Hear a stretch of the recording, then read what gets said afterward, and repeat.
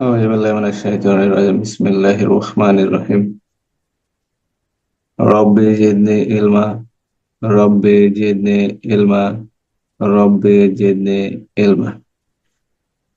আমরা গতকালকে পড়ছিলাম ধারা 1 থেকে ধারা 5 পর্যন্ত। ধারা 1 থেকে ধারা 5 পর্যন্ত কোনো সমস্যা আছে?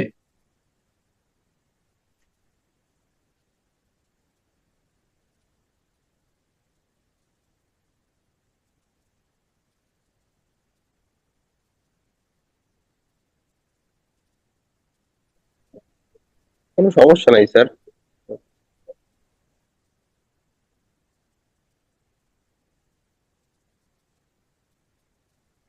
ধারা 6, আজকে আমরা পড়বো ধারা 6 থেকে। ধারা 6-এর 1, ফৌজদারি আদালতের শ্রেণীবিভাগ। ফৌজদারি আদালতের শ্রেণীবিভাগ। সুপ্রিম কোর্ট এবং অন্য কোনো আইন বলে প্রতিষ্ঠিত আদালত ব্যতীত বাংলাদেশে 2 শ্রেণীর ফৌজদারি আদালত থাকবে। তাহলে বাংলাদেশে কয় শ্রেণীর ফৌজদারি আদালত থাকবে? 2 শ্রেণীর। 1 দায়রা আদালত, 2 ম্যাজিস্ট্রেট আদালত। 1 দায়রা আদালত, 2 ম্যাজিস্ট্রেট আদালত। এখানে বোঝানো হয়েছে সুপ্রিম কোর্ট, সুপ্রিম কোর্ট এবং অন্য আইন বলে প্রতিষ্ঠিত। অন্য আইন বলে প্রতিষ্ঠিত আদালত কোনগুলা? যেমন নারী শিশু নির্যাতন দমন আইন ট্রাইব্যুনাল আছে, এসিড অপরাধ দমন আইন ট্রাইব্যুনাল আছে। এই সকল ট্রাইব্যুনাল ব্যতীত, এই সকল আদালত ব্যতীত বাংলাদেশে 2 শ্রেণীর ফৌজদারি আদালত থাকবে। তাহলে ফৌজদারি আদালত কয় শ্রেণীর? 2 শ্রেণীর। 1 দায়রা আদালত, 2 ম্যাজিস্ট্রেট আদালত। ফৌজদারি আদালতের শ্রেণী বিভাগ: সুপ্রিম কোর্ট এবং অন্য আইন বলে প্রতিষ্ঠিত আদালত ব্যতীত। অন্যান্য যে আইনগুলো আছে সেই আইনে প্রতিষ্ঠিত আদালত ব্যতীত বাংলাদেশে 2 শ্রেণীর ফৌজদারি আদালত থাকবে। বাংলাদেশে 2 শ্রেণীর ফৌজদারি আদালত থাকবে।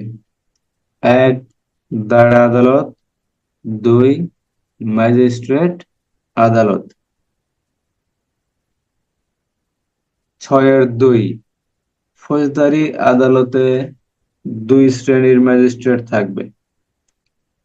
ফৌজদারি আদালতে 2 শ্রেণীর ম্যাজিস্ট্রেট থাকবে।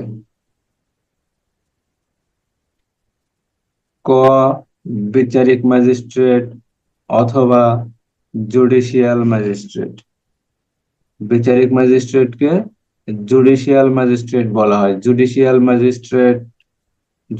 ম্যাজিস্ট্রেট গণ কারা? যারা বিজেএস এর সদস্য, বাংলাদেশ জুডিশিয়াল সার্ভিসের সদস্যগণ। এই সদস্যগণকে বিচারিক ম্যাজিস্ট্রেট বলা হয়।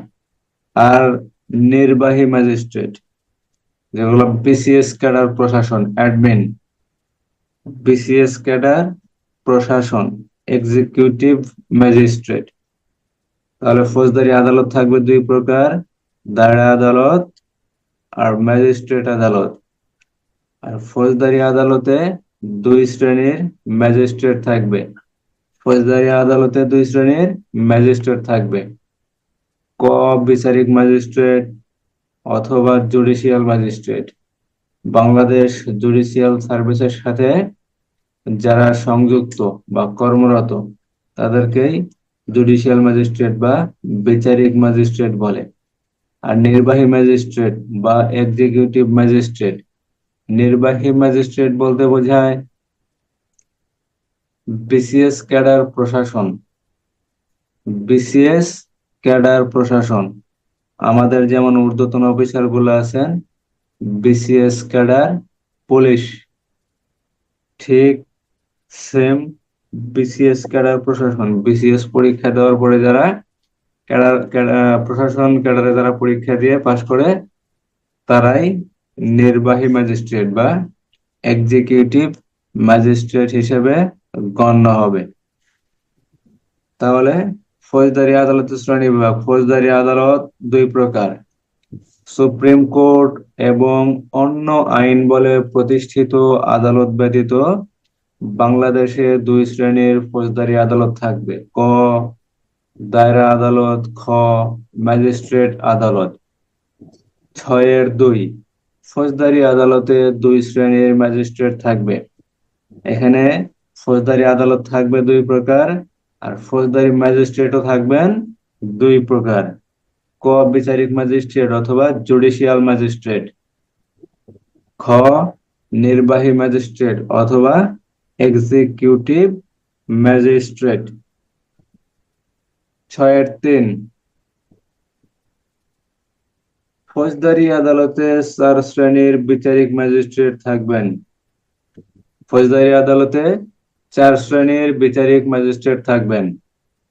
এখানে ফৌজদারি আদালতে 4 শ্রেণীর বিচারিক ম্যাজিস্ট্রেট কারা বা জুডিশিয়াল ম্যাজিস্ট্রেট কারা থাকবেন: ক যদি মহানগর এলাকায় হয় তাহলে মুখ্য মহানগর ম্যাজিস্ট্রেট অথবা চিফ মেট্রোপলিটন ম্যাজিস্ট্রেট।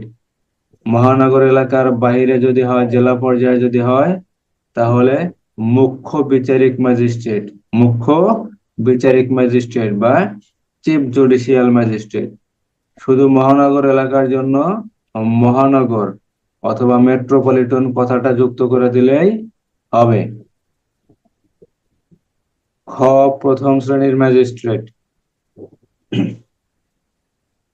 গ দ্বিতীয় শ্রেণীর ম্যাজিস্ট্রেট, আর ঘ তৃতীয় শ্রেণীর ম্যাজিস্ট্রেট থাকবে।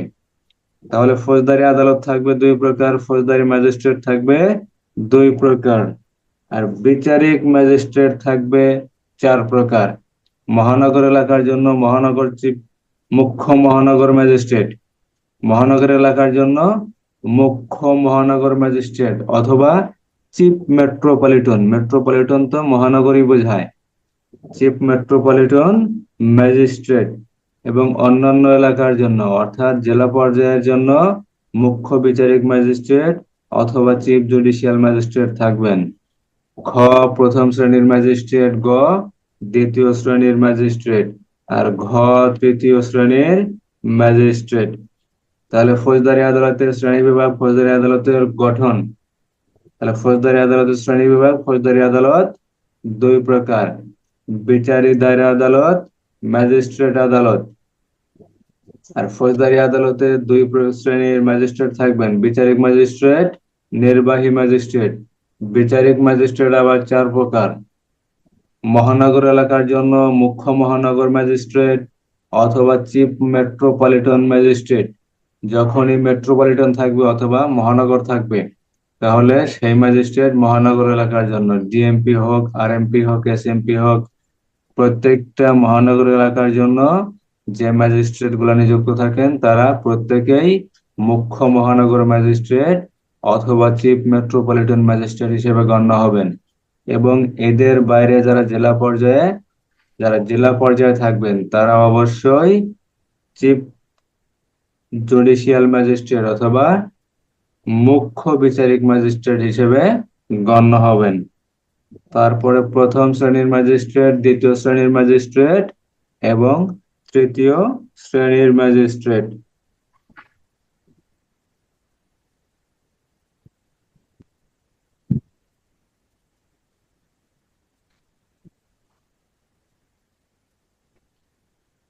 ধারা 6, তাহলে কোন সমস্যা আছে? ধারা 6 ফৌজদারি আদালতের শ্রেণী বিভাগ, গঠন।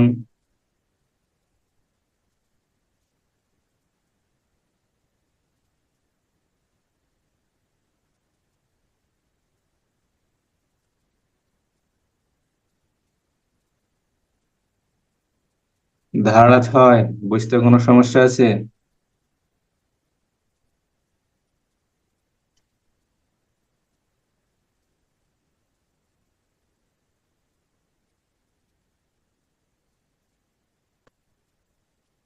কোনো সমস্যা নাই স্যার। এই ধারা 6 থেকে মোটামুটি আপনার 28 পর্যন্ত একটা ধারা ব্যতীত কোনো প্রশ্ন আসার সম্ভাবনা নাই, কিন্তু এমসিকিউ আসার সম্ভাবনা আছে, সেই জন্য এই ধারাগুলো পড়া। কথা বুঝতে পারছেন? এখান থেকে কোনো প্রশ্ন আসার সম্ভাবনা নাই। বোর্ড প্রশ্ন বলেন, সংজ্ঞা বলেন, এমসিকিউ বলেন, কি আপনার টিকা বলেন, এই জাতীয় কোনো প্রশ্ন হবে না, কিন্তু আপনার এমসিকিউ আসতে পারে। এমসিকিউ এর জন্য 6 ধারা থেকে এইগুলা পড়া। ধারা 7, দায়রা বিভাগ বা দায়রা জেলা স্থাপন। দায়রা বিভাগ বা দায়রা আদালত স্থাপন। বাংলাদেশে কতিপয় দায়রা বিভাগ থাকবে। বাংলাদেশে কতিপয় দায়রা বিভাগ থাকবে। প্রত্যেকটি দায়রা বিভাগ একটি জেলা হবে, অথবা প্রত্যেক দায়রা বিভাগে একাধিক জেলা থাকবে। এখানে বলা হয়েছে বাংলাদেশে দায়রা বিভাগ থাকবে কতিপয়, মানে কতিপয় দায়রা বিভাগ থাকবে, এবং এই দায়রা বিভাগের আন্ডারে এক বা একাধিক জেলা থাকবে। এখন দেখা যায় প্রত্যেকটা জেলাতেই একটা করে দায়রা আদালত আছে। হয়তো আগে একটা সময় ছিল যখন একটা দায়রা আদালতের আন্ডারে দুইটা, এক বা একাধিক জেলা থাকতো। এখন আর ওই দিন নাই। এখন প্রত্যেকটা জেলাতেই একটা করে দায়রা আদালত আছে, আর একটা দায়রা আদালতে একজন দায়রা জজ নিযুক্ত থাকেন। কথা বুঝতে পারছেন? এমন একটা সময় ছিল পূর্বে, যখন একটা দায়রা বিভাগ ছিল, একটা দায়রা জেলা ছিল, একটা দায়রা জেলার আন্ডারে আপনার এক বা একাধিক জেলা থাকতো। দেখা যেত পাবনা জেলায় একটা দায়রা আদালত আছে, এই দায়রা আদালতের আন্ডারে পাবনা জেলার মামলা, সেই সাথে সিরাজগঞ্জ জেলার মামলারও কাজ করা হতো। কিন্তু এখন এমন একটা সময় চলে এসেছে, প্রত্যেকটা জেলাতে, প্রায় প্রত্যেকটা জেলাতেই দায়রা আদালত আছে। দায়রা আদালত আছে। তাহলে বাংলাদেশের কতিপয় দায়রা বিভাগ থাকবে, এবং প্রত্যেকটি দায়রা বিভাগ একটি জেলা হবে, অথবা প্রত্যেকটি দায়রা বিভাগে একাধিক জেলা থাকবে। তাহলে বোঝা গেল, এমন একটা সময় ছিল যখন দায়রা বিভাগের আন্ডারে এক বা একাধিক জেলা ছিল। এখন আর কোনো রকম সিস্টেম মনে হয় নাই। তাহলে দায়রা বিভাগ ও জেলা সমূহ, দায়রা বিভাগ ও দায়রা বিভাগের আন্ডারে যে জেলা সমূহের বিস্তারিত বর্ণনা। তা হলো কতিপয় বাংলাদেশে কতিপয় দায়রা বিভাগ থাকবে, এবং প্রত্যেকটা দায়রা বিভাগের আন্ডারে একটি করে জেলা থাকবে, অথবা এক বা একাধিক জেলা থাকবে। ধারা 7-এর 1। ধারা 7-এর 1, ধারা 9, দায়রা আদালত। ধারা 9, দায়রা আদালত বলতে কি বোঝায়? সরকার প্রত্যেকটি দায়রা বিভাগের জন্য একটি করে দায়রা আদালত স্থাপন করবেন। তাহলে সরকার প্রত্যেকটি দায়রা বিভাগের জন্য, আমরা 7 ধারায় যেমন পড়লাম, 7-এর 1-এ বাংলাদেশে কতিপয় দায়রা বিভাগ থাকবে। বাংলাদেশে কতিপয় অর্থাৎ কিছু দায়রা বিভাগ থাকবে। এই দায়রা বিভাগের আন্ডারে একটি জেলা থাকবে, অথবা এক বা একাধিক জেলা থাকবে। আর ধারা 9-এর 1-এ বলা হয়েছে দায়রা আদালত। দায়রা আদালতের বিস্তারিত বর্ণনা করা হয়েছে। এখানে বলা হয়েছে সরকার প্রত্যেকটি দায়রা বিভাগের জন্য, সরকার প্রত্যেকটি দায়রা বিভাগের জন্য একটি করে দায়রা আদালত স্থাপন করবেন। একটি করে দায়রা আদালত স্থাপন করবেন। এখানে যেহেতু কতিপয় দায়রা আদালত থাকবে, তাহলে যতগুলা দায়রা বিভাগ থাকবে, যতগুলা, কতিপয় না, বাংলাদেশে কতিপয় দায়রা বিভাগ থাকবে, এখানে প্রত্যেকটি দায়রা বিভাগের জন্য একটি করে দায়রা আদালত সরকার স্থাপন করবেন। ধারা 9-এর 1। এবং এই আদালতে একজন জজ নিয়োগ করবেন। যেখানে তিনি দায়রা আদালতটা স্থাপন করবেন, দায়রা আদালতের কার্যক্রম পরিচালনা করার জন্য একজন দায়রা জজ নিয়োগ করবেন। মহানগরীর জন্য দায়রা আদালতকে মহানগরী দায়রা আদালত নামে অভিহিত করা হবে। অর্থাৎ মহানগর এলাকায় যদি ম্যাজিস্ট্রেট হয় তাহলে মহানগর ম্যাজিস্ট্রেট, মহানগর এলাকায় যদি আপনার দায়রা আদালত স্থাপন করা হয় মহানগর দায়রা আদালত, সেই আদালতে যদি জজ নিয়োগ করা হয় বা নিযুক্ত করা হয় তাহলে তিনি মহানগর দায়রা জজ নামে অভিহিত হবেন। তাহলে ধারা 9-1, সরকার প্রত্যেকটি দায়রা বিভাগের জন্য একটি করে দায়রা আদালত স্থাপন করবেন এবং দায়রা আদালতের কার্যক্রম পরিচালনা করার জন্য একজন দায়রা জজ নিয়োগ করবেন। মহানগরীর জন্য দায়রা আদালতকে অর্থাৎ মহানগরের জন্য যদি দায়রা আদালত স্থাপন করা হয় তাহলে সেই আদালতকে মহানগর দায়রা আদালত নামে অভিহিত করা হবে। ধারা 9-1। ধারা 9-1 কোনো সমস্যা আছে?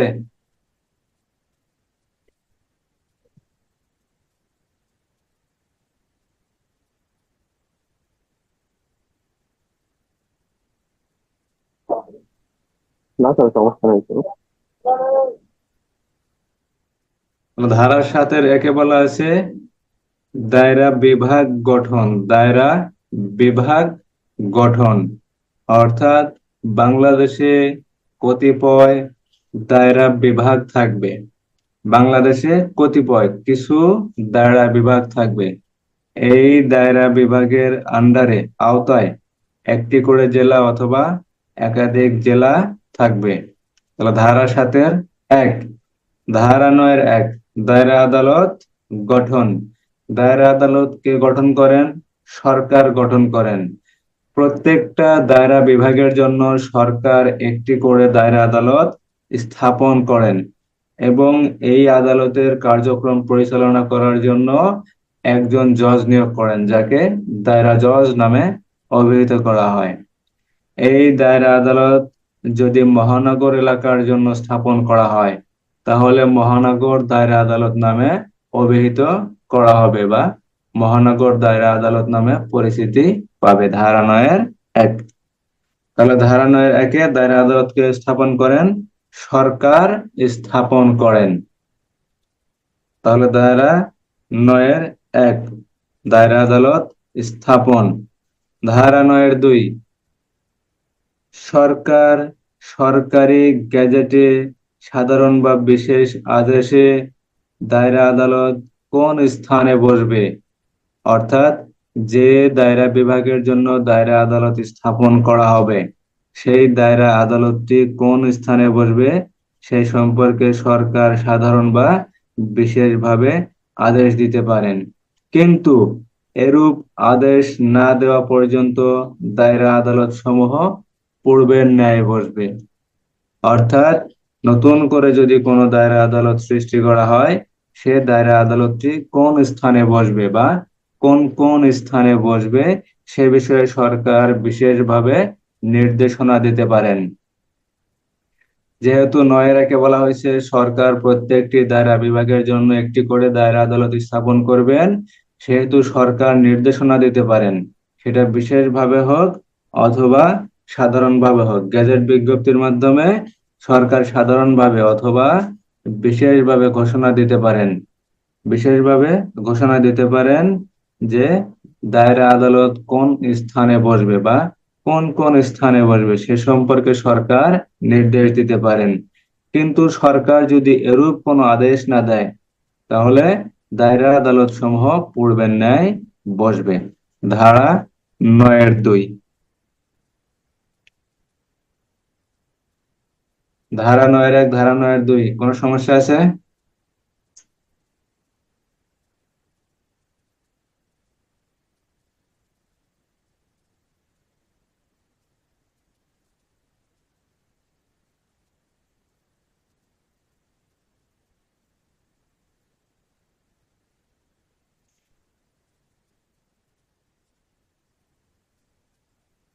তো ধারা 9-1 বলা হয়েছে দায়রা আদালত স্থাপন। সরকার প্রত্যেকটি দায়রা বিভাগের জন্য একটি দায়রা আদালত স্থাপন করবেন এবং এই দায়রা আদালতে একজন দায়রা জজ নিয়োগ করবেন, যিনি দায়রা আদালতের যাবতীয় কার্যক্রম সম্পাদন করবেন। আর এই দায়রা আদালত যদি মহানগর এলাকার জন্য স্থাপন করা হয়, তাহলে দায়রা আদালত মহানগর দায়রা আদালত নামে অভিহিত হবে। ৯-১, ধারা ৯-২, সরকার সরকারি গেজেটে বিশেষ অথবা সাধারণ আদেশ দ্বারা ঘোষণা করতে পারেন দায়রা আদালতটি কোন স্থানে বসবে। যেহেতু সরকার দায়রা আদালত প্রত্যেকটি দায়রা বিভাগের জন্য দায়রা আদালত স্থাপন করবেন, সেহেতু সরকার নির্দেশনা দিতে পারেন দায়রা আদালতটি কোন স্থানে বসবে বা কোন কোন স্থানে বসবে। সরকার যদি এরূপ কোনো নির্দেশনা না দেয়, তাহলে দায়রা আদালত পূর্বের ন্যায় বসবে। ধারা ৯-২। ধারা ৯-৩, এরূপ এক বা একাধিক আদালতে কাজ করার জন্য বা কার্য করার জন্য সরকার অতিরিক্ত দায়রা জজ এবং সহকারী দায়রা জজ নিয়োগ করতে পারেন। ধারা ৯-৩। তাহলে ধারা ৯-১, আদালত গঠন। ধারা ৯-২, আদালত কোন স্থানে স্থাপন করা হবে। ধারা ৯-৩, অতিরিক্ত এবং সহকারী দায়রা জজ নিয়োগ, অর্থাৎ দায়রা জজকে সাহায্য করার জন্য অতিরিক্ত দায়রা জজ এবং সহকারী দায়রা জজ নিয়োগ করতে পারবেন। ধারা ৯-৩।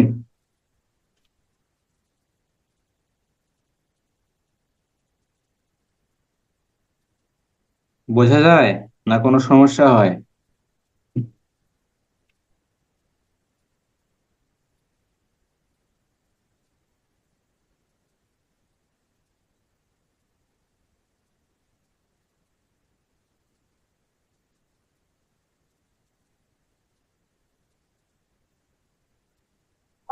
স্যার বোঝা যায়, সমস্যা নাই কোনো।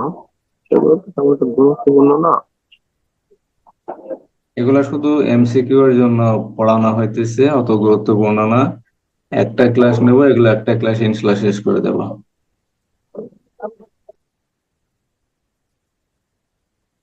তাহলে ধারা ৯-১, দায়রা আদালত। সরকার প্রত্যেকটি দায়রা বিভাগের জন্য একটি দায়রা আদালত স্থাপন করবেন এবং দায়রা আদালতের কার্যক্রম সম্পাদনের জন্য একজন দায়রা জজ নিয়োগ করবেন। দায়রা আদালত যদি মহানগর এলাকায় স্থাপন করা হয়, তাহলে এই দায়রা আদালত মহানগর দায়রা আদালত নামে অভিহিত হবে। ধারা ৯-১। ধারা ৯-২, সরকার গেজেট বিজ্ঞপ্তি প্রকাশের মাধ্যমে দায়রা আদালতটি কোন কোন স্থানে বসবে বা কোন স্থানে বসবে সে বিষয়ে দিক নির্দেশনা দিতে পারেন। কিন্তু এরূপ নির্দেশনা যদি না দেয়, তাহলে দায়রা আদালত পূর্বের ন্যায় বসবে। ধারা ৯-৩, এরূপ দায়রা আদালতে এক বা একাধিক দায়রা আদালতে কাজ করার জন্য বা কার্য করার জন্য সরকার অতিরিক্ত দায়রা জজ এবং সহকারী দায়রা জজ নিয়োগ করেন। তাহলে সরকার দায়রা আদালত স্থাপন করেন, সরকার দায়রা আদালত কোন স্থানে বসবে সে বিষয়ে নির্দেশনা সরকার দেয়, সরকার দায়রা জজ নিযুক্ত করেন। সরকার এক বা একাধিক অতিরিক্ত জজ অথবা সহকারী দায়রা জজ নিয়োগ করতে পারেন। ধারা ৯-৩ ক, এক বা একাধিক এলাকায় দায়িত্ব পালনের জন্য সংবিধানের ১৩৩ অনুচ্ছেদ অবশ্যই মনে রাখবেন। এক বা একাধিক এলাকায় দায়িত্ব পালনের জন্য সংবিধানের ১৩৩ অনুচ্ছেদের শর্তে প্রেসিডেন্ট অর্থাৎ রাষ্ট্রপতি কর্তৃক প্রণীত বিধি অনুসারে বাংলাদেশ জুডিশিয়াল সার্ভিসের সদস্যগণ দায়রা জজ, অতিরিক্ত দায়রা জজ ও যুগ্ম দায়রা জজ নিযুক্ত হবেন। তাহলে যুগ্ম দায়রা জজ, অতিরিক্ত দায়রা জজ, সহকারী দায়রা জজ কে নিয়োগ করেন? প্রেসিডেন্ট নিয়োগ করেন, অর্থাৎ রাষ্ট্রপতি নিয়োগ করেন। সংবিধানের ১৩৩ অনুচ্ছেদ অনুযায়ী রাষ্ট্রপতি বিজেএস এর সদস্যগণ অর্থাৎ বাংলাদেশ জুডিশিয়াল সার্ভিসের সদস্যগণের মাঝে থেকে দায়রা জজ, অতিরিক্ত দায়রা জজ ও যুগ্ম দায়রা জজ নিয়োগ করে থাকেন। ধারা ৯-৩ ক, এখান থেকে এমসিকিউ আসতে পারে। সংবিধানের কত অনুচ্ছেদ অনুযায়ী দায়রা জজ নিয়োগ করা হয়? তাহলে সংবিধানের 133 অনুচ্ছেদ অনুযায়ী মহামান্য রাষ্ট্রপতি মহোদয় বাংলাদেশ জুডিশিয়াল সার্ভিসের সদস্যগণকে দায়রা জজ, অতিরিক্ত দায়রা জজ এবং যুগ্ম দায়রা জজ নিয়োগ করেন। ধারা 9-এর 3-এর ক। তাহলে ধারা 7 দায়রা বিভাগ গঠন। ধারা 9-এর 1 দায়রা আদালত স্থাপন, দায়রা জজ নিয়োগ। ধারা 9-এর 2 দায়রা আদালত কোন স্থানে বসবে সে বিষয়ে সরকার নির্দেশনা দেবে। ধারা 9-এর 3 দায়রা জজকে সাহায্য করার জন্য অতিরিক্ত দায়রা জজ, যুগ্ম দায়রা জজ, সহকারী দায়রা জজ নিয়োগ। ধারা 9-এর 3-এর ক সংবিধানের 133 অনুচ্ছেদ অনুযায়ী মহামান্য রাষ্ট্রপতি মহোদয় বাংলাদেশ জুডিশিয়াল সার্ভিসের সদস্যগণের মাঝে থেকে দায়রা জজ, অতিরিক্ত দায়রা জজ, যুগ্ম দায়রা জজ, সহকারী দায়রা জজ নিয়োগ করবেন। ধারা 9-এর 3-এর ক। ধারা 10 নির্বাহী ম্যাজিস্ট্রেট। ধারা 10 সরকার প্রত্যেক জেলায় এবং প্রত্যেক মহানগরী এলাকায় যতজন প্রয়োজন মনে করবেন ততজন নির্বাহী ম্যাজিস্ট্রেট নিয়োগ করবেন এবং তাদের মধ্য থেকে একজনকে জেলা ম্যাজিস্ট্রেট হিসেবে নিয়োগ করবেন। ধারা 10-এর 1। ধারা 10-এর 1। তাহলে ধারা 9 দায়রা আদালত গঠন। ধারা 7 দায়রা বিভাগ ও জেলা সমূহ। ধারা 9 দায়রা আদালত গঠন, জজ নিয়োগ, অতিরিক্ত জজ নিয়োগ মহামান্য রাষ্ট্রপতি মহোদয় কর্তৃক দায়রা জজগণ নিয়োগ। ধারা 10 নির্বাহী ম্যাজিস্ট্রেট বলতে কি বোঝায়?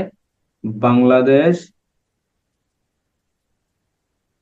BCS cadre, Bangladesh civil service কমিশনের যে অ্যাডমিন ক্যাডারের সদস্যগণ তাদেরকে নির্বাহী ম্যাজিস্ট্রেট বলা হয়। এই বাংলাদেশ সিভিল সার্ভিস প্রশাসনে যারা নিযুক্ত থাকেন তাদেরকে নির্বাহী ম্যাজিস্ট্রেট হিসেবে নিয়োগ করতে পারেন। তারা ধারা 10-এ নির্বাহী ম্যাজিস্ট্রেট বলতে বোঝায় সরকার প্রত্যেক জেলায় এবং প্রত্যেক মহানগরী এলাকায়, প্রত্যেক জেলায় তো আপনার নির্বাহী ম্যাজিস্ট্রেট আছে, প্রত্যেক জেলায় নির্বাহী ম্যাজিস্ট্রেট আছে। এই সরকার প্রত্যেক জেলায় এবং মহানগর এলাকার জন্য যতজন প্রয়োজন মনে করবেন ততজন। সরকার যদি মনে করে 5 জন তাহলে 5 জন, অথবা একটি জেলার জন্য সরকার যদি মনে করে যে 20 জন, 30 জন, 40 জন, 20 জন, 30 জন, 40 জন নির্বাহী ম্যাজিস্ট্রেট নিয়োগ করবেন তাহলে তিনি নির্বাহী ম্যাজিস্ট্রেট নিয়োগ করতে পারেন এবং এই 20-30 জন নির্বাহী ম্যাজিস্ট্রেটের মাঝে থেকে একজনকে জেলা ম্যাজিস্ট্রেট হিসেবে নিয়োগ করতে পারেন। ধারা 10-এর 1। তাহলে নির্বাহী ম্যাজিস্ট্রেট বোঝা গেল ধারা 10-এর 1।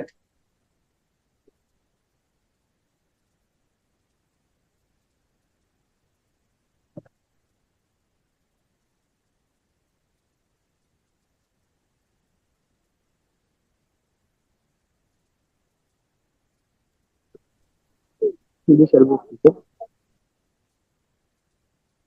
নির্বাহী ম্যাজিস্ট্রেট তো বুঝতে পারেন, নির্বাহী ম্যাজিস্ট্রেট তো বোঝা যায় যে বিসিএস ক্যাডার অ্যাডমিন শাখায় যারা পরীক্ষা দেন, অ্যাডমিনে যারা পরীক্ষা দেন, প্রশাসন, তারা হলো নির্বাহী ম্যাজিস্ট্রেট। তারা সবাই নির্বাহী ম্যাজিস্ট্রেট। সরকার এদেরকে বিভিন্ন জায়গায় প্রদান করতে পারেন বা নিযুক্ত করতে পারেন। সরকার জেলা পর্যায়ের জন্য প্রত্যেক জেলায় অথবা প্রত্যেক মহানগর এলাকার জন্য যতজন প্রয়োজন মনে করেন ঠিক ততজন নির্বাহী ম্যাজিস্ট্রেট নিয়োগ করতে পারেন এবং এই নির্বাহী ম্যাজিস্ট্রেটদের ভিতর থেকে একজনকে জেলার ম্যাজিস্ট্রেট নিয়োগ করতে পারেন। ধারা 10-এর 1। ধারা 10-এর 1-এ বলা হয়েছে সরকার প্রত্যেক জেলায় এবং প্রত্যেক মহানগর এলাকার জন্য যতজন খুশি বা যতজন প্রয়োজন ততজন নির্বাহী ম্যাজিস্ট্রেট নিয়োগ করতে পারেন এবং তাদের মধ্যে থেকে একজনকে জেলা ম্যাজিস্ট্রেট হিসেবে নিয়োগ করবেন। ধারা 10-এর 1।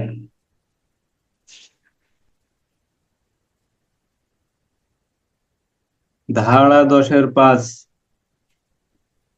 ধারা 10-5, সরকার প্রয়োজন মনে করলে বাংলাদেশ সিভিল সার্ভিস প্রশাসন এ নিযুক্ত কোনো ব্যক্তিকে নির্বাহী ম্যাজিস্ট্রেট হিসেবে নিয়োগ করতে পারেন এবং এরূপ সদস্যকে নির্বাহী ম্যাজিস্ট্রেটের ক্ষমতা অর্পণ করতে পারেন। তাহলে ধারা 10-5 বলা হয়েছে বাংলাদেশ সিভিল সার্ভিস প্রশাসনে নিযুক্ত কোনো ব্যক্তিকে নির্বাহী ম্যাজিস্ট্রেট হিসেবে সরকার নিয়োগ করতে পারেন।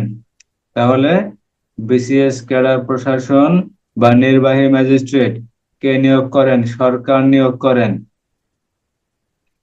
সরকার নিয়োগ করেন। সরকার প্রয়োজন মনে পড়লে বাংলাদেশ সিভিল সার্ভিস প্রশাসন প্রশাসনে নিযুক্ত কোনো ব্যক্তিকে নির্বাহী ম্যাজিস্ট্রেট হিসেবে নিয়োগ করতে পারেন এবং এই নির্বাহী ম্যাজিস্ট্রেটকে ক্ষমতা অর্পণ করতে পারেন, অর্থাৎ এরূপ সদস্যকে নির্বাহী ম্যাজিস্ট্রেটের ক্ষমতা অর্পণ করা যায়। ধারা 10-5, তাহলে ধারা 10-1 সরকার যতজন প্রয়োজন মনে করবেন জেলা পর্যায়ে অথবা মহানগরী এলাকার জন্য ততজন নির্বাহী ম্যাজিস্ট্রেট নিয়োগ করবেন এবং তাদের মাঝে থেকে একজনকে জেলা ম্যাজিস্ট্রেট নিয়োগ করবেন। ধারা 10-5, সরকার বাংলাদেশ সিভিল সার্ভিস প্রশাসনে নিযুক্ত সদস্যকে নির্বাহী ম্যাজিস্ট্রেট হিসেবে নিয়োগ করতে পারেন এবং এরূপ সদস্যকে নির্বাহী ম্যাজিস্ট্রেটের ক্ষমতা অর্পণ করা যায়। তাছাড়া অন্য কোনো সদস্যকে ক্ষমতা অর্পণ করা যায় না। ধারা 10-5, ধারা 11, জুডিশিয়াল ম্যাজিস্ট্রেট।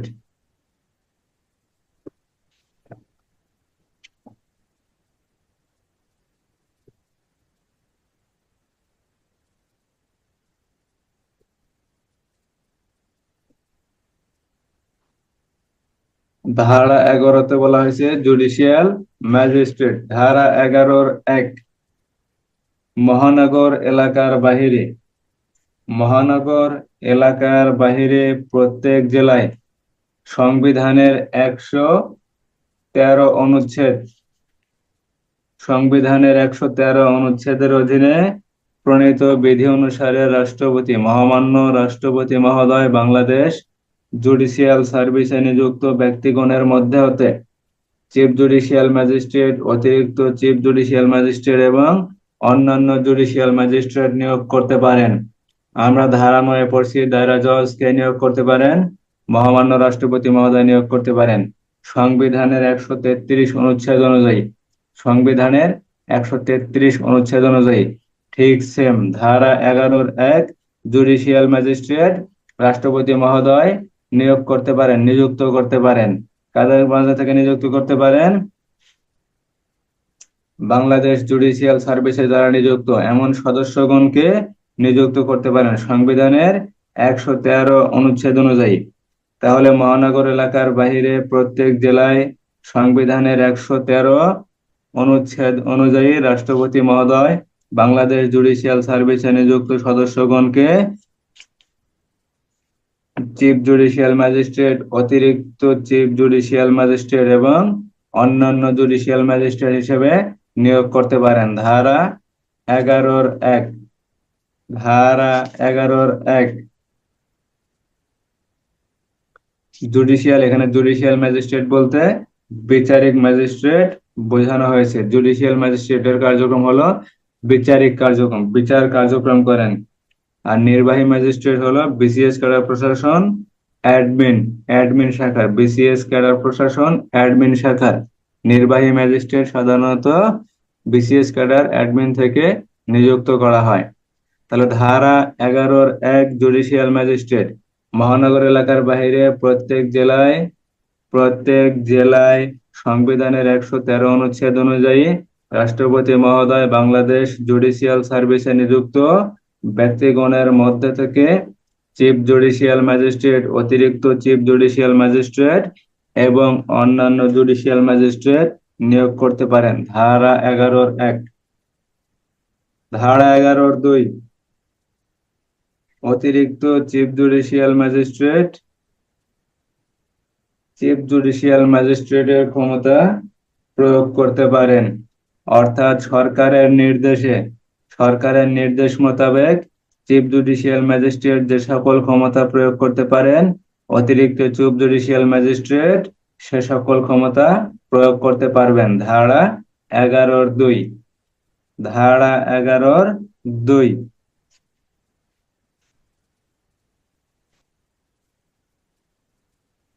তাহলে ধারা 7, দায়রা বিভাগ ও দায়রা বিভাগের আন্ডারে জেলাসমূহ।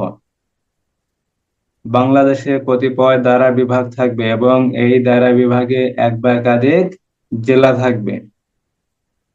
ধারা 9(1) দায়রা আদালত গঠন, দায়রা জজ নিয়োগ। প্রত্যেকটি দায়রা বিভাগের জন্য সরকার একটি করে দায়রা আদালত স্থাপন করবেন এবং এই দায়রা আদালতের কার্যক্রম সম্পন্ন করার জন্য সরকার একজন দায়রা জজ নিয়োগ করবেন। মহানগর এলাকার জন্য দায়রা আদালত স্থাপন করা হলে তাকে মহানগর দায়রা আদালত নামে অভিহিত করা হবে। ধারা 9(1) ধারা 9(2) সরকার সরকারি গেজেটে বিজ্ঞপ্তি দ্বারা সাধারণভাবে অথবা বিশেষভাবে এই দায়রা আদালত কোন স্থানে বসবে বা কোন কোন স্থানে বসবে সে সম্পর্কে নির্দেশ দিতে পারেন, কিন্তু তিনি যদি এরূপ কোনো নির্দেশনা না দেন তাহলে দায়রা আদালত পূর্বের ন্যায় বসবে। ধারা 9(3) এরূপ এক বা একাধিক দায়রা আদালতে কার্য করার জন্য সরকার অতিরিক্ত দায়রা জজ এবং সহকারী দায়রা জজ বা যুগ্ম দায়রা জজ নিয়োগ করতে পারেন। ধারা 9(3) ক, এক বা একাধিক এলাকায় দায়িত্ব পালনের জন্য সংবিধানের 133 অনুচ্ছেদের শর্ত মোতাবেক মহামান্য রাষ্ট্রপতি মহোদয় বিধি অনুসারে বাংলাদেশ জুডিশিয়াল সার্ভিসের সদস্যগণের মাঝে থেকে এই দায়রা জজ, অতিরিক্ত দায়রা জজ, যুগ্ম দায়রা জজ বা সহকারী দায়রা জজ নিয়োগ করে থাকেন। ধারা 10, নির্বাহী ম্যাজিস্ট্রেট অথবা বিসিএস ক্যাডার প্রশাসন। সরকার প্রত্যেক জেলায় অথবা মহানগরী এলাকায় যতজন প্রয়োজন মনে করেন ততজন নির্বাহী ম্যাজিস্ট্রেট নিয়োগ করবেন এবং এরূপ নির্বাহী ম্যাজিস্ট্রেটদের মধ্যে হতে একজনকে জেলা ম্যাজিস্ট্রেট হিসেবে নিয়োগ করবেন। ধারা 10(1) ধারা 10(5) সরকার প্রয়োজন মনে করলে বাংলাদেশ সিভিল সার্ভিস প্রশাসনে নিযুক্ত কোনো ব্যক্তিকে নির্বাহী ম্যাজিস্ট্রেট নিয়োগ করতে পারেন এবং এরূপ সদস্যকে নির্বাহী ম্যাজিস্ট্রেটের ক্ষমতা অর্পণ করতে পারেন। তাহলে সরকার বাংলাদেশ সিভিল সার্ভিস প্রশাসন সরকার যদি চায় বাংলাদেশ সিভিল সার্ভিস প্রশাসনে নিযুক্ত যে কোনো সদস্যকে নির্বাহী ম্যাজিস্ট্রেটের দায়িত্ব দিতে পারেন এবং নির্বাহী ম্যাজিস্ট্রেটকে দায়িত্ব দেওয়ার পর নির্বাহী ম্যাজিস্ট্রেটের যে ক্ষমতা সেই ক্ষমতা তাকে অর্পণ করতে পারেন। ধারা 10(5) ধারা 11, জুডিশিয়াল ম্যাজিস্ট্রেট নিয়োগ। জুডিশিয়াল ম্যাজিস্ট্রেট কে নিয়োগ করেন? মহামান্য রাষ্ট্রপতি মহোদয় নিয়োগ করেন। আর নির্বাহী ম্যাজিস্ট্রেট কে নিয়োগ করেন? সরকার নিয়োগ করেন। কাদের মধ্য থেকে নিয়োগ করেন? বাংলাদেশ সিভিল সার্ভিস প্রশাসনে নিযুক্ত সদস্যগণকে নির্বাহী ম্যাজিস্ট্রেট নিয়োগ করা হয়। আর জুডিশিয়াল ম্যাজিস্ট্রেট নিয়োগ করা হয় বাংলাদেশ জুডিশিয়াল সার্ভিসে নিযুক্ত সদস্যগণের মাঝে থেকে দায়রা জজ, অতিরিক্ত দায়রা জজ বা চিফ জুডিশিয়াল ম্যাজিস্ট্রেট, অতিরিক্ত চিফ জুডিশিয়াল ম্যাজিস্ট্রেট অথবা অন্যান্য ম্যাজিস্ট্রেট নিয়োগ করা হয়। অর্থাৎ বিচারিক কার্যক্রম পরিচালনা করার জন্য জুডিশিয়াল ম্যাজিস্ট্রেট নিয়োগ করা হয়। এখানে সংবিধানের 133 অনুচ্ছেদ অনুযায়ী মহামান্য রাষ্ট্রপতি মহোদয় বাংলাদেশ জুডিশিয়াল সার্ভিসে নিযুক্ত ব্যক্তিগণের মাঝে থেকে বা সদস্যগণের মাঝে থেকে এই জুডিশিয়াল ম্যাজিস্ট্রেট, অতিরিক্ত চিফ জুডিশিয়াল ম্যাজিস্ট্রেট অথবা সহকারী অথবা অন্যান্য চিফ জুডিশিয়াল ম্যাজিস্ট্রেট সরকার নিয়োগ করতে পারেন। ধারা 11(1) ধারা 11(2) সরকারের নির্দেশ মোতাবেক এই আইন অনুসারে চিফ জুডিশিয়াল ম্যাজিস্ট্রেট যে সকল ক্ষমতা প্রয়োগ করতে পারেন অতিরিক্ত চিফ জুডিশিয়াল ম্যাজিস্ট্রেট সে সকল ক্ষমতা প্রয়োগ করতে পারেন। অর্থাৎ চিফ জুডিশিয়াল ম্যাজিস্ট্রেট যে ক্ষমতা প্রয়োগ করতে পারেন সরকারের নির্দেশ ক্রমে অতিরিক্ত চিফ জুডিশিয়াল ম্যাজিস্ট্রেট ওই চিফ জুডিশিয়াল ম্যাজিস্ট্রেটের ক্ষমতা প্রয়োগ করতে পারেন। ধারা 11(2)।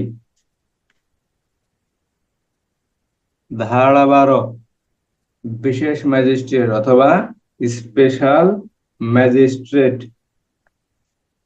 সরকার কোনো বিশেষ শ্রেণীর মামলা সরকার কোনো বিশেষ শ্রেণীর মামলা বা মহানগর এলাকার বাইরে কোনো স্থানীয় এলাকার সাধারণ মামলার বিষয়ে এই বিধি অনুসারে যে কোনো ক্ষমতা নির্বাহী ম্যাজিস্ট্রেটের উপর অর্পণ করতে পারেন। তবে শর্ত থাকে যে সহকারী পুলিশ সুপারের নিম্ন পদের কোনো পুলিশ অফিসারের উপর এই ধারা অনুসারে ক্ষমতা অর্পণ করা যাবে না। তাহলে বিশেষ ম্যাজিস্ট্রেট হিসেবে পুলিশ সদস্যকেও নিযুক্ত করা যায় বা নিয়োগ করা যায় বা ক্ষমতা অর্পণ করা যায়। এখানে যদি পুলিশ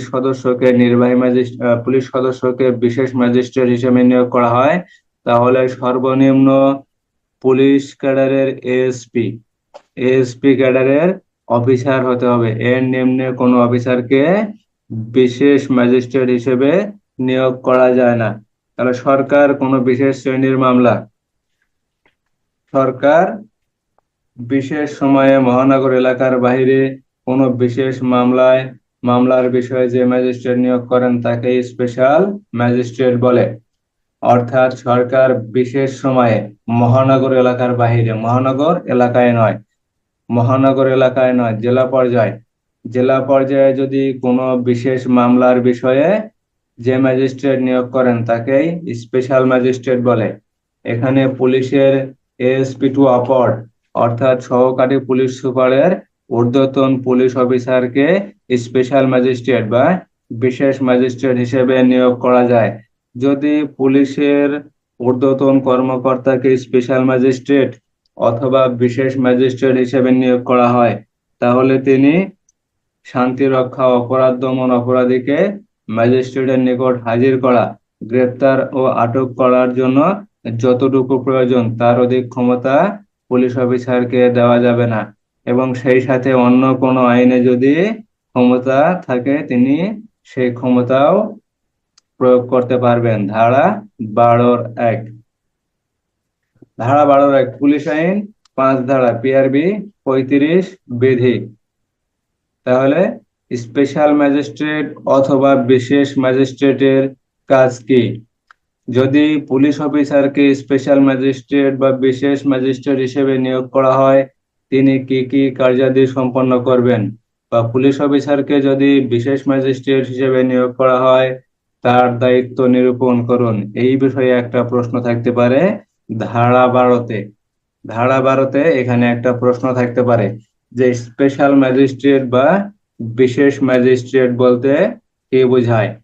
যদি এই স্পেশাল ম্যাজিস্ট্রেট বা বিশেষ ম্যাজিস্ট্রেট পুলিশ অফিসারকে নিযুক্ত করা হয়, তাহলে তিনি কি দায়িত্ব পালন করবেন বর্ণনা করুন বা নিরূপণ করুন। তাহলে স্পেশাল ম্যাজিস্ট্রেট বলতে বোঝায় সরকার বিশেষ সময়ে মহানগর এলাকার বাহিরে, অবশ্যই মহানগর এলাকার বাহিরে হতে হবে, জেলা পর্যায়ে। মহানগর এলাকার বাহিরে বলতে জেলা পর্যায়ে বোঝায়। জেলা পর্যায়ে কোনো বিশেষ মামলা এসআর মামলাগুলো, খুন সহ ডাকাতি, এই জাতীয় বিশেষ মামলাগুলো পরিচালনা করার জন্য সরকার যে ম্যাজিস্ট্রেট নিয়োগ করেন তাকেই স্পেশাল ম্যাজিস্ট্রেট বলে। যদি পুলিশ অফিসারকে স্পেশাল ম্যাজিস্ট্রেট হিসেবে নিয়োগ করা হয়, তাহলে তিনি কি কার্যকলাপ সম্পন্ন করবেন? তাহলে পুলিশ অফিসারকে স্পেশাল ম্যাজিস্ট্রেট নিয়োগ করা হলে তিনি অপরাধ প্রতিরোধ করবেন, অপরাধীদের অনুসন্ধান করবেন, অপরাধীদের গ্রেপ্তার করবেন, আটক করবেন, অপরাধীদের ম্যাজিস্ট্রেটের নিকট হাজির করবেন। এছাড়া আইন শৃঙ্খলা রক্ষার জন্য তিনি দায়িত্ব পালন করবেন। এবং বর্তমানে অন্য কোনো আইনে যদি দায়িত্ব দেওয়া থাকে, নির্দেশিত কোনো দায়িত্ব থাকে, তাহলে তিনি সে দায়িত্ব পালন করতে পারবেন। এখানে প্রকাশ থাকে যে পুলিশ অফিসারকে যদি স্পেশাল ম্যাজিস্ট্রেট বা বিশেষ ম্যাজিস্ট্রেট হিসেবে নিয়োগ করা হয়, তাহলে সর্বনিম্ন এএসপি অফিসারকে এই স্পেশাল ম্যাজিস্ট্রেট বা বিশেষ ম্যাজিস্ট্রেট হিসেবে নিয়োগ করা যায়। ধারা 12(1)। ধারা 12 বোঝা গেল, এটাই গুরুত্বপূর্ণ।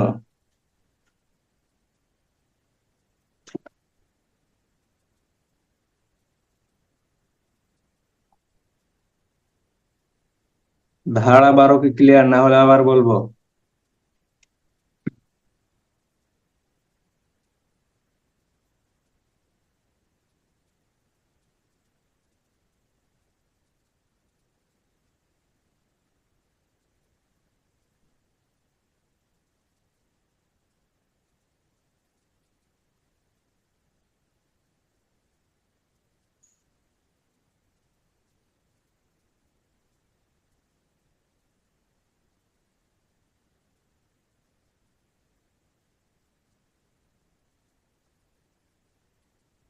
তাহলে ধারা 12, স্পেশাল ম্যাজিস্ট্রেট বা বিশেষ ম্যাজিস্ট্রেট।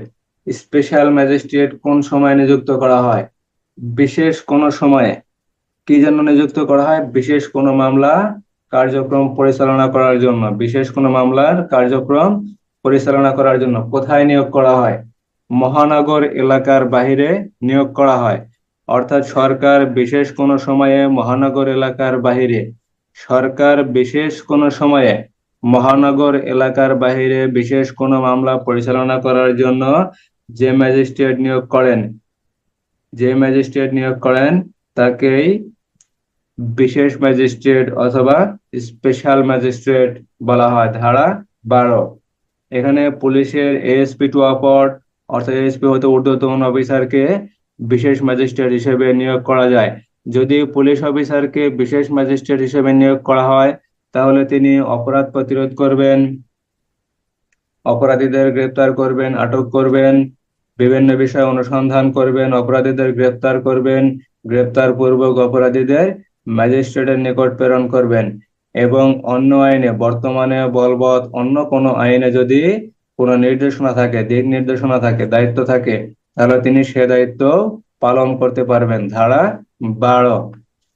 তাহলে যদি কখনো প্রশ্ন হয় স্পেশাল ম্যাজিস্ট্রেট অথবা বিশেষ ম্যাজিস্ট্রেট বলতে কি বোঝায়, পুলিশের ঊর্ধ্বতন অফিসারকে যদি স্পেশাল ম্যাজিস্ট্রেট হিসেবে নিয়োগ করা হয়, তিনি কি দায়িত্ব পালন করবেন, বিস্তারিত আলোচনা করুন। ধারা 12-র বিস্তারিত আলোচনা তুলে দিয়ে আপনারা নিচে দিয়ে দেবেন ফৌজদারি কার্যবিধি আইনের 12 ধারা, পুলিশ আইনের 5 ধারা, পিআরবি 35 বিধি, পিআরবি 35 বিধি। তাহলে ফৌজদারি কার্যবিধি আইনের 12 ধারাতে স্পেশাল ম্যাজিস্ট্রেট বা বিশেষ ম্যাজিস্ট্রেট হিসেবে আলোচনা করা হয়েছে। ধারা 12। ধারা 12 কোনো সমস্যা আছে? কথা বলেন। না স্যার, কোনো সমস্যা নাই। প্রশ্ন আসলে দিতে পারবেন স্পেশাল ম্যাজিস্ট্রেট বলতে কি বোঝায়, পুলিশ অফিসারকে যদি স্পেশাল ম্যাজিস্ট্রেট হিসেবে নিয়োগ করা হয়, তিনি কি দায়িত্ব পালন করবেন? পুলিশের কোন পদের অফিসারকে স্পেশাল ম্যাজিস্ট্রেট হিসেবে নিয়োগ করা যায়?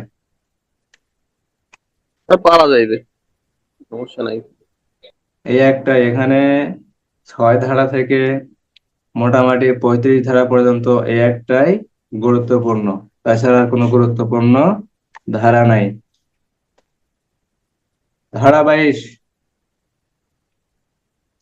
ধারা 22, মফস্বলের জন্য জাস্টিস অব দি পিস নিয়োগ। মফস্বলের জন্য জাস্টিস অব দি পিস নিয়োগ সরকার গ্যাজেট প্রজ্ঞাপন দ্বারা, সরকার গ্যাজেট প্রজ্ঞাপন দ্বারা, সরকার যা কিছুই করবেন গ্যাজেটের মাধ্যমে করবেন। কোনো ক্ষমতা অর্পণ করা হোক, কাউকে নিযুক্ত করা হোক, কাউকে কোনো কিছু করা হোক, প্রত্যেকটা ক্ষেত্রেই সরকার গ্যাজেটে প্রজ্ঞাপন দিবেন বা বিজ্ঞপ্তি দিবেন বা গ্যাজেট প্রকাশ করবেন, গ্যাজেট প্রকাশের মাধ্যমে কোনো দায়িত্ব অর্পণ করবেন। সরকার গ্যাজেট প্রজ্ঞাপন দ্বারা বাংলাদেশের বাসিন্দা, সরকার গ্যাজেট প্রজ্ঞাপন দ্বারা বাংলাদেশের বাসিন্দা, বিদেশি রাষ্ট্রের নাগরিক নয়। এরূপ কোন উপযুক্ত ব্যক্তিকে, ব্যক্তিটা কিরূপ হবে? উপযুক্ত হতে হবে। এই চাষা বসা এদের আবার হবে না।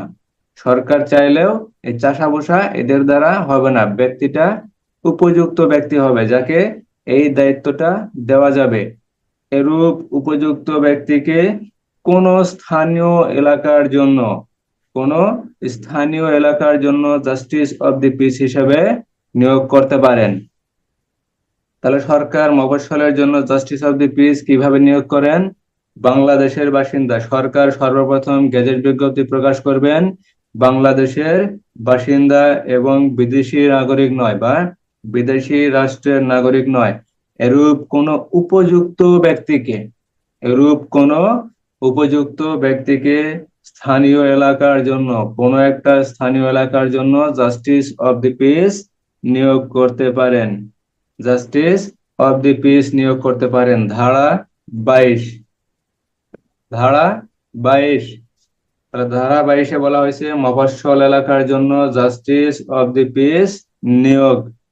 জাস্টিস অফ দি পিস নিয়োগ সরকার গেজেট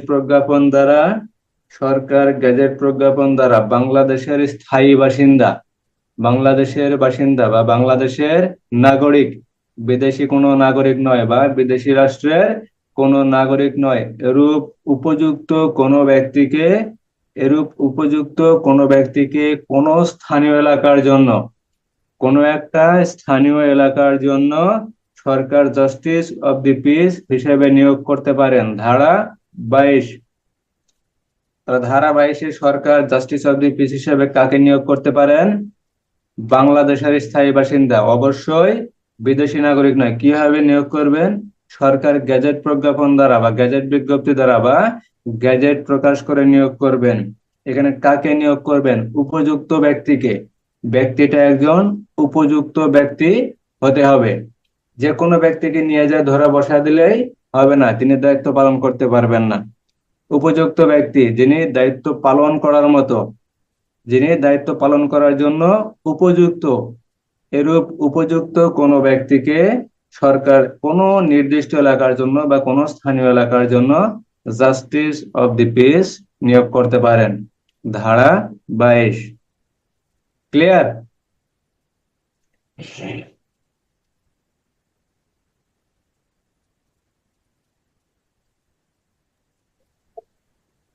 ক্লিয়ার স্যার।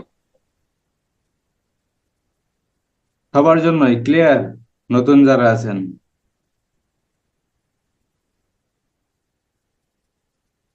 ক্লিয়ার আছে, সমস্যা নাই।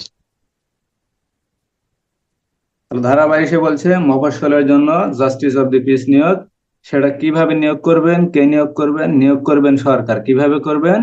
গেজেট বিজ্ঞপ্তি প্রকাশ করে বাংলাদেশের স্থায়ী বাসিন্দা বা নাগরিক, বিদেশি রাষ্ট্রের কোনো নাগরিক নয় বা বাসিন্দা নয় এরূপ কোনো উপযুক্ত ব্যক্তিকে কোনো নির্দিষ্ট স্থানীয় এলাকার জন্য সরকার জাস্টিস অফ দি পিস নিয়োগ করতে পারেন। ধারা 22। ধারা 25 পদাধিকার বলে জাস্টিস অফ দি পিস। পদাধিকার বলে অর্থাৎ পদের বলে justice of the piece supreme কোর্টের বিচারপতিগণ। সুপ্রিম কোর্ট দুইটা বিভাগ নিয়ে গঠিত, একটা হাইকোর্ট বিভাগ আর অন্যটা আপিল বিভাগ।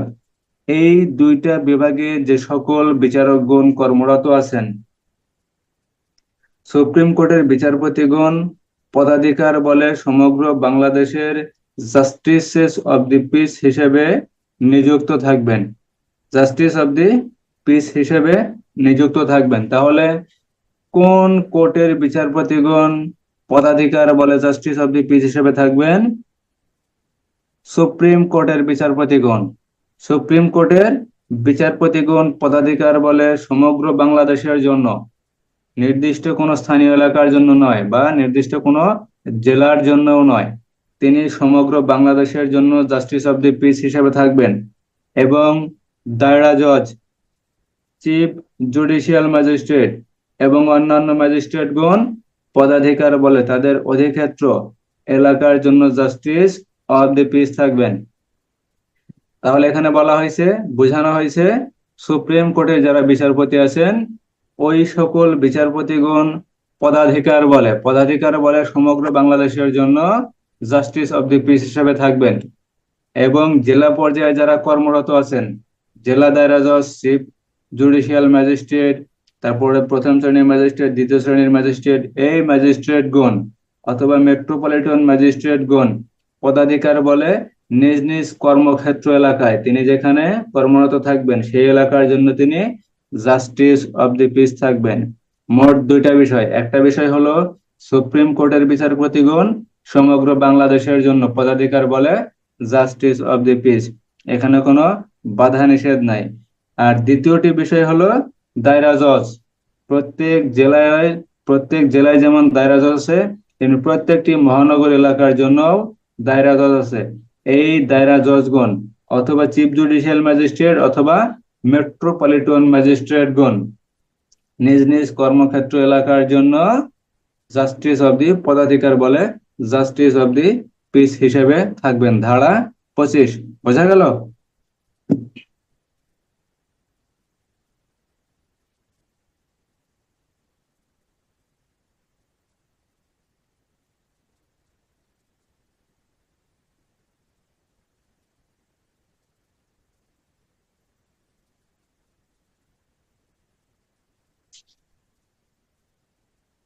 তাহলে ধারা 22 বলছে মফস্বলের জন্য জাস্টিস অব দি পিস নিয়োগ।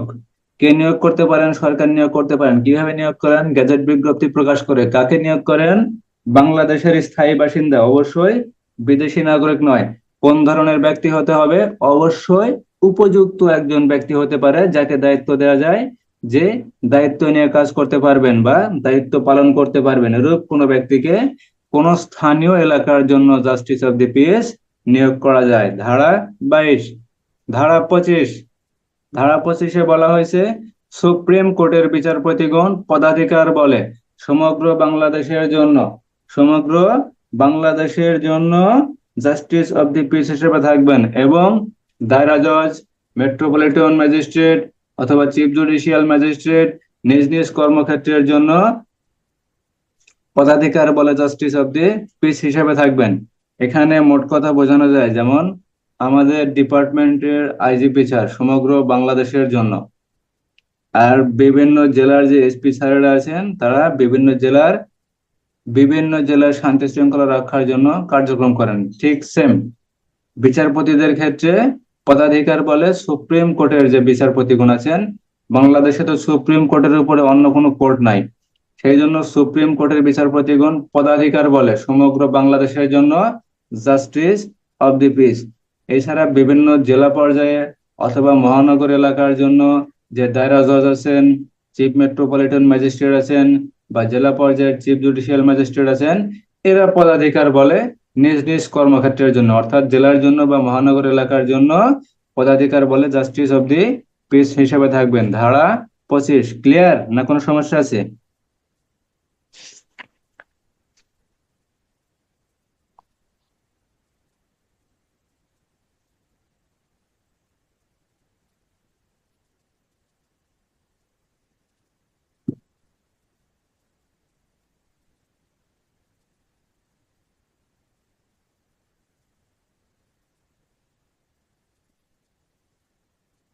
ধারা 28, ধারা 28 দণ্ডবিধির অধীনে অপরাধ। দণ্ডবিধির অধীনে অপরাধ, এই কার্যবিধির বিধান অনুসারে দণ্ডবিধির অধীনে অপরাধের বিচার কোন কোন আদালতে হবে? অর্থাৎ দণ্ডবিধি আইনে যে বিভিন্ন অপরাধের বিষয়ে বর্ণনা করা হয়েছে, অর্থাৎ দণ্ডবিধির যে বিভিন্ন অপরাধের বর্ণনা করা হয়েছে, এই অপরাধগুলোর বিচার কোন কোন আদালতে হবে? এখানে প্রথমে বলা হয়েছে হাইকোর্ট বিভাগ। 28-এর ক, হাইকোর্ট। হাইকোর্টে দণ্ডবিধির অপরাধ সংক্রান্ত যে কোনো মামলা হলে এই মামলার বিচার হাইকোর্ট বিভাগ করতে পারবেন। খতে বলা হয়েছে দায়রা আদালত, দায়রা আদালত। আর গতে বলা হয়েছে যে আদালত এরূপ অপরাধের বিচার করতে পারেন বলে দ্বিতীয় তফসিল। আপনাদেরকে যে দ্বিতীয় তফসিলটা দেওয়া হয়েছে, দ্বিতীয় তফসিলের 8 নং কলামে দেখানো হয়েছে এরূপ আদালত বিচার করতে পারবেন। অর্থাৎ এক একটা অপরাধের বিচার এক একটা আদালত করতে পারেন। সেই ক্ষেত্রে 8 নং কলামে বর্ণনা করা হয়েছে কোন অপরাধটার বিষয়ে কোন আদালত বিচার করতে পারেন। এখানে সেই আদালতের কথাই বলা হয়েছে। প্রথমে বলা হয়েছে হাইকোর্ট বিভাগ, দ্বিতীয়ত দায়রা আদালত। আর এখানে অপরাধের বিচার করতে পারেন দ্বিতীয় তফসিলের 8 নং কলামে বর্ণিত আদালত।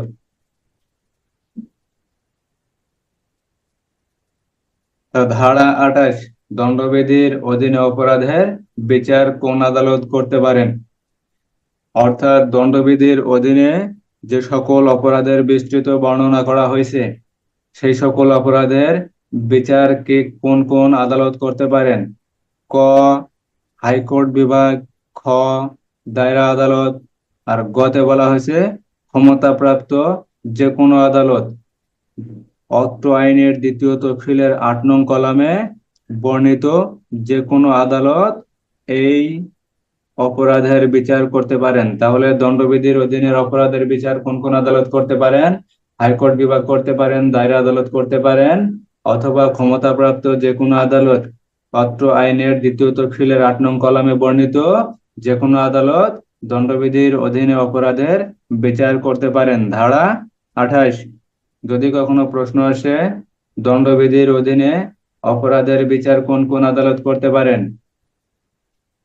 তাহলে এখানে বলতে পারবেন হাইকোর্ট বিভাগ করতে পারেন, দায়রা আদালত করতে পারেন, অত্র আইনের দ্বিতীয় তফসিলে বর্ণিত 8 নং কলামে যে কোনো আদালত। 8 নং কলামে বর্ণিত 8 নং কলামে বর্ণিত আদালত দায়রা 8 নং কলামে বর্ণিত আদালত দণ্ডবিধির অপরাধের বিচার করতে পারেন। ধারা 28। ধারা 28 ক্লিয়ার না কোনো সমস্যা আছে?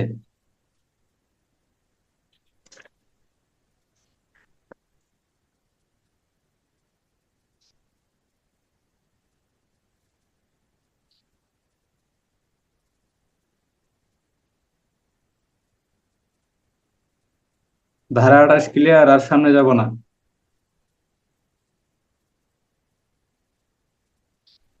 Sir clear. এখন আমরা এই 28 ধারা পর্যন্ত 28 ধারা পর্যন্ত আমরা ইনশাল্লাহ এমসিকিউ দেখব। আপনারা অবশ্যই, আমি যেহেতু ভিডিওর ভিতরে দিয়ে রাখি এমসিকিউ গুলা, অবশ্যই আর কিছু দেখেন না দেখেন লাস্টের দিকে একটু এমসিকিউ গুলা দেখে নেবেন। দেখে নিলে উপকার হবে। আমি সেই জন্য কিন্তু এই খুব কষ্ট করে এগুলো এমসিকিউ গুলা করা হয়, করে আপনাদেরকে আবার শেয়ার করা হয় যেন আপনাদের দেখতে সুবিধা হয়।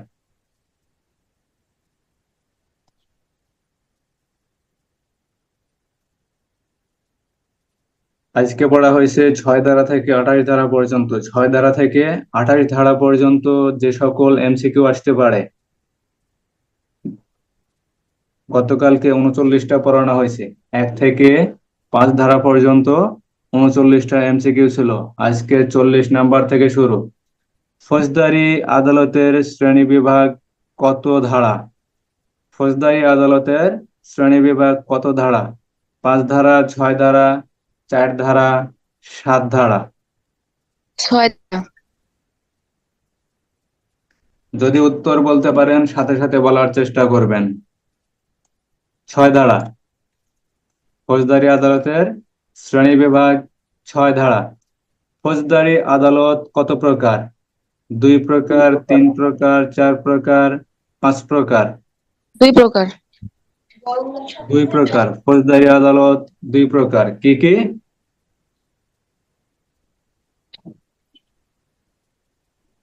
ফৌজদারি আদালত 2 প্রকার। কি কি? দায়রা আদালত আর ম্যাজিস্ট্রেট আদালত। বিচার বিভাগীয় ম্যাজিস্ট্রেট থাকবে কত প্রকার? 2 প্রকার, 3 প্রকার, 4 প্রকার, 5 প্রকার? 4 প্রকার। 4 প্রকার। বিচার বিভাগীয় ম্যাজিস্ট্রেট থাকবে 4 প্রকার। মেট্রোপলিটন এলাকায় দায়রা আদালতকে কোন আদালত নামে অভিহিত করা হয়? অর্থাৎ মেট্রোপলিটন এলাকায় যে দায়রা আদালত স্থাপন করা হয় সেই দায়রা আদালত কি নামে পরিচিতি পাবে? দায়রা আদালত নামে পরিচিতি পাবে ম্যাজিস্ট্রেট আদালত, মেট্রোপলিটন দায়রা আদালত। ক ও খ ও গ। মনে হয়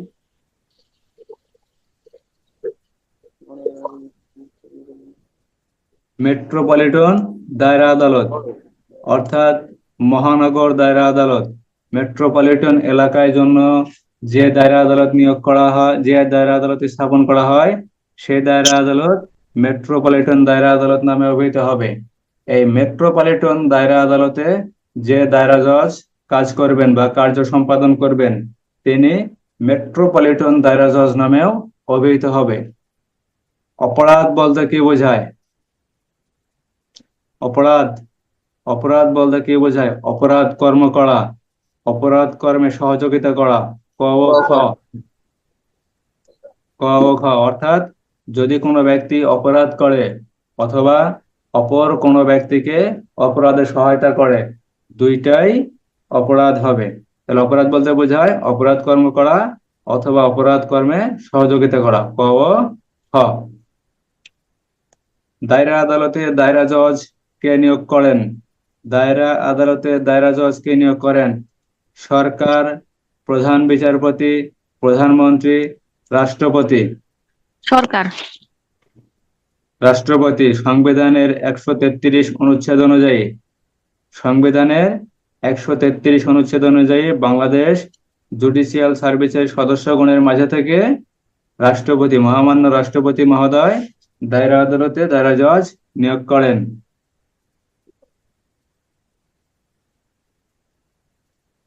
সংবিধানের কত দফা অনুযায়ী দায়রা জজ নিয়োগ করা হয়? সংবিধানের 131 দফা, 133 দফা, 132 দফা, সংবিধানের 134 দফা। 133। 133 দফা। দায়রা আদালতে বিচার কার্য পরিচালনা করার জন্য দায়রা জজ নিয়োগের ক্ষেত্রে কোনটি সঠিক? অর্থাৎ দায়রা আদালতে বিচার কার্য পরিচালনা করার জন্য দায়রা জজ নিয়োগের ক্ষেত্রে কোনটি সঠিক? বাংলাদেশ জুডিশিয়াল সার্ভিসের সদস্যগণ হবে, বাংলাদেশ সিভিল সার্ভিস প্রশাসন সদস্যগণ হবে, বাংলাদেশ সিভিল সার্ভিস কাস্টম সদস্যগণ হবে, অথবা সবগুলো।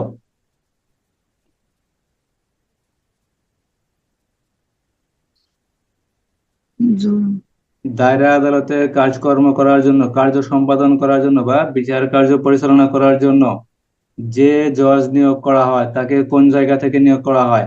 বাংলাদেশ জুডিশিয়াল সার্ভিসের সদস্যগণ অর্থাৎ বিজেএস, বিজেএস এর সদস্যদের মাঝে থেকেই এই জজ নিয়োগ করা হয়। 48 নির্বাহী ম্যাজিস্ট্রেট কে নিয়োগ করেন? নির্বাহী ম্যাজিস্ট্রেট কে নিয়োগ করেন?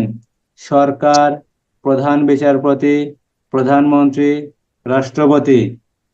সরকার। নির্বাহী ম্যাজিস্ট্রেট সরকার নিয়োগ করেন। নির্বাহী ম্যাজিস্ট্রেট নিয়োগের ক্ষেত্রে নিম্নের কোনটি সঠিক? বাংলাদেশ জুডিশিয়াল সার্ভিসের সদস্যগণ হবে, বাংলাদেশ সিভিল সার্ভিস প্রশাসন সদস্যগণ হবে, বাংলাদেশ সিভিল সার্ভিস কাস্টম সদস্যগণ হবে, বাংলাদেশ সিভিল সার্ভিস পুলিশ সদস্যগণ হবে। অর্থাৎ বাংলাদেশ নির্বাহী ম্যাজিস্ট্রেট কাকে নিয়োগ করা হয়? বাংলাদেশ সিভিল সার্ভিস প্রশাসন। বাংলাদেশ সিভিল সার্ভিস প্রশাসন। সরকার জেলা ম্যাজিস্ট্রেট হিসেবে কার্য সম্পাদনের জন্য কতজন ম্যাজিস্ট্রেটকে জেলা ম্যাজিস্ট্রেট নিযুক্ত করতে পারেন? 1 জন, 2 জন, 3 জন, 4 জন? একজন।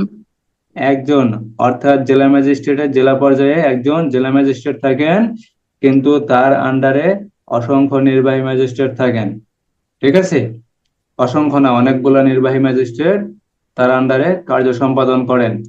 জুডিশিয়াল ম্যাজিস্ট্রেট নিয়োগের ক্ষেত্রে নিম্নের কোনটি সঠিক? জুডিশিয়াল ম্যাজিস্ট্রেট ধারা 11। জুডিশিয়াল ম্যাজিস্ট্রেট কাদেরকে নিয়োগ করা যায়?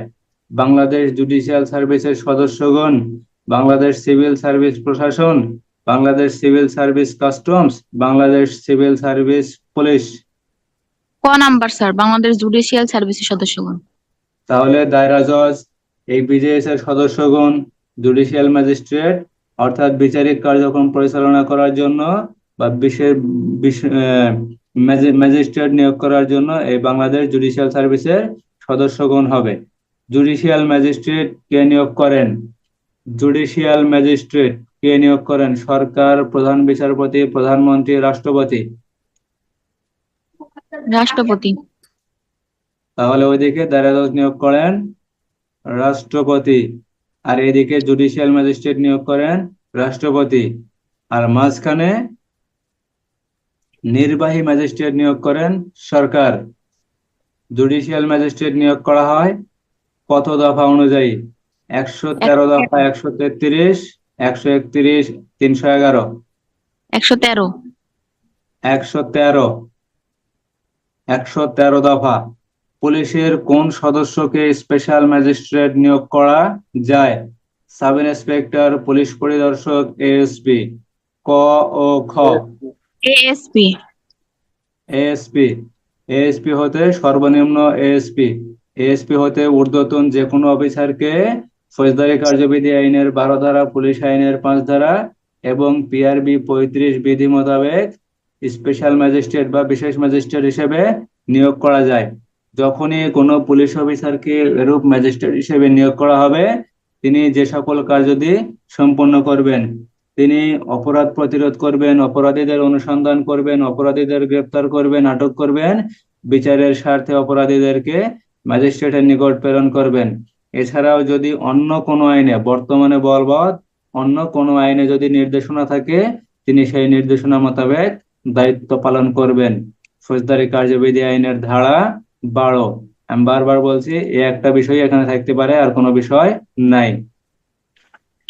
পুলিশের কোন অফিসারকে স্পেশাল ম্যাজিস্ট্রেট নিয়োগ করা হলে তিনি কি দায়িত্ব পালন করবেন? শান্তি শৃঙ্খলা নিয়ন্ত্রণ করবেন, অপরাধ নিরোধ করা, আসামি গ্রেপ্তার ও আটক করা, সবগুলো। সবগুলো অর্থাৎ আইন শৃঙ্খলা থেকে শুরু করে অপরাধ নিবারণ করা, অপরাধীদের গ্রেপ্তার করা, অপরাধীদের বিচারার্থে আদালতে প্রেরণ করা, এ সকল যাবতীয় কার্যাদি তিনি পালন করবেন। স্পেশাল ম্যাজিস্ট্রেট নিয়োগের ক্ষেত্রে নিম্নের কোনটি সঠিক? বিশেষ মামলার ক্ষেত্রে নিয়োগ করা হয়, স্থানীয় বিশেষ কোনো মামলার ক্ষেত্রে নিয়োগ, মহানগর এলাকার বাইরে বিশেষ কোনো মামলার ক্ষেত্রে নিয়োগ, সবগুলো।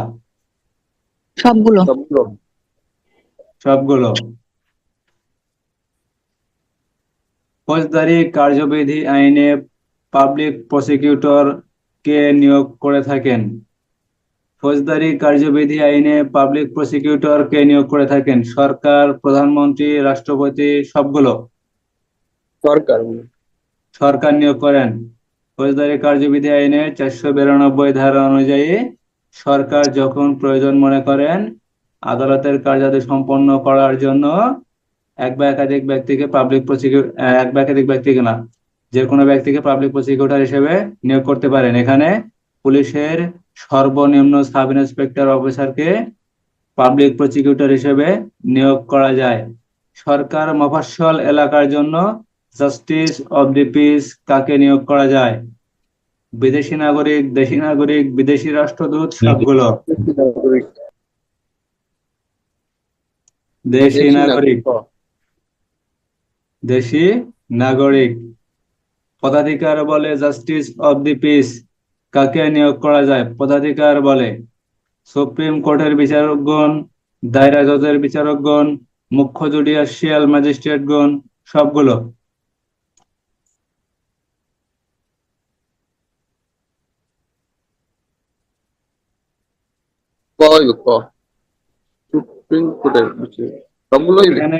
এখানে প্রত্যেকটাই হবে, কারণ সুপ্রিম কোর্টের বিচারপতি, এখানে বলা হয়েছে পদাধিকার বলে জাস্টিস অব দি পিস কাকে নিয়োগ করা যায়? পদাধিকার বলে সুপ্রিম কোর্টের বিচারকগণ সমগ্র বাংলাদেশের জন্য, দায়রা জজ এবং মুখ্য জুডিশিয়াল ম্যাজিস্ট্রেটগণ পদাধিকার বলে নিজ নিজ এলাকার জন্য জাস্টিস অব দি পিস হিসেবে থাকবেন, সেই জন্য সবগুলো।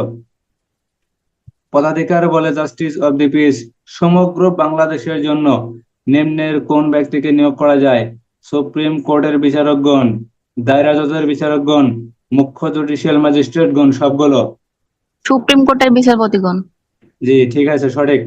কারণ সুপ্রিম কোর্টের বিচারপতিগণ পদাধিকার বলে সমগ্র বাংলাদেশের জন্য জাস্টিস অব দি পিস, আর দায়রা জজের বিচারকগণ তিনি যেখানে কর্মক্ষেত্র, তার কর্মক্ষেত্র এলাকার জন্য মুখ্য জুডিশিয়াল ম্যাজিস্ট্রেটগণ বা চিফ জুডিশিয়াল ম্যাজিস্ট্রেটগণ বা চিফ মেট্রোপলিটন ম্যাজিস্ট্রেটগণ তার নিজ নিজ কর্মক্ষেত্র এলাকার জন্য জাস্টিস অব দি পিস হিসেবে পদাধিকার বলে দায়িত্বে থাকবেন। বুঝতে সমস্যা হয়? না স্যার, সমস্যা নেই। 60, দণ্ডবিধির অধীন সংঘটিত অপরাধের বিচার কোন আদালত করতে পারবে? অর্থাৎ দণ্ডবিধির অধীন সংঘটিত অপরাধের বিচার কোন আদালত করতে পারবে? হাইকোর্ট বিভাগ, দায়রা আদালত, দ্বিতীয় তফসিলে বর্ণিত আদালত, সবগুলো? সবগুলো। সবগুলো অর্থাৎ দণ্ডবিধির 28 ধারা অনুযায়ী এখানে বলা হয়েছে দণ্ডবিধিতে বর্ণিত সকল অপরাধের বিচার কোন আদালত করতে পারবেন? কতে বলা হয়েছে হাইকোর্ট, হতে বলা হয়েছে দায়রা আদালত, আর গতে বলা হয়েছে ক্ষমতাপ্রাপ্ত যে কোনো আদালত অথবা অত্র আইনের দ্বিতীয় তফসিলে 8 নং কলামে বর্ণিত যে কোনো আদালত। 8 নং কলামে বর্ণিত আদালত সমূহ দণ্ডবিধির অপরাধের বিচার করতে পারেন।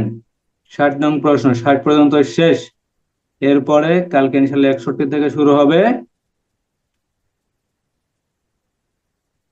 পরবর্তী যতদূর ইনশাল্লাহ যায়। তো বুঝতে কোনো সমস্যা আছে? 6 ধারা থেকে 28 ধারা পর্যন্ত?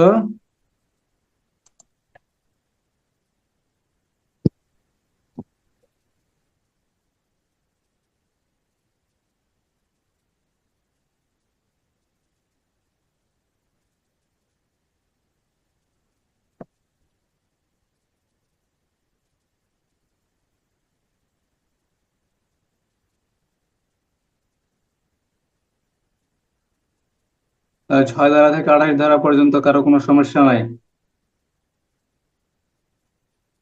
এখানে যা যা পড়ানো হয়েছে এই পড়ার বিষয়গুলা আপনারা একটু লিখবেন, লেখা গ্রুপে দেবেন।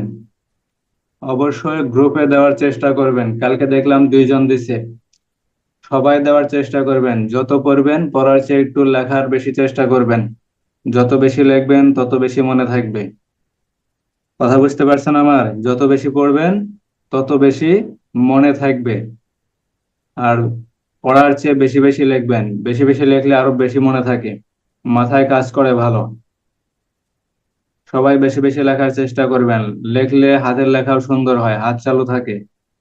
যখনই পরীক্ষা দেবেন তখন সমস্যা হবে না। সেই জন্য বেশি বেশি লেখার চেষ্টা করবেন, বেশি বেশি পড়ার চেষ্টা করবেন। আর লেখা অবশ্যই ছবি উঠায় গ্রুপে দিয়ে দেবেন, গ্রুপে দেওয়ার চেষ্টা করবেন। ঠিক আছে, সবাই ভালো থাকবেন। আসসালামু আলাইকুম। আসসালামু আলাইকুম স্যার। ওয়ালাইকুম আসসালাম।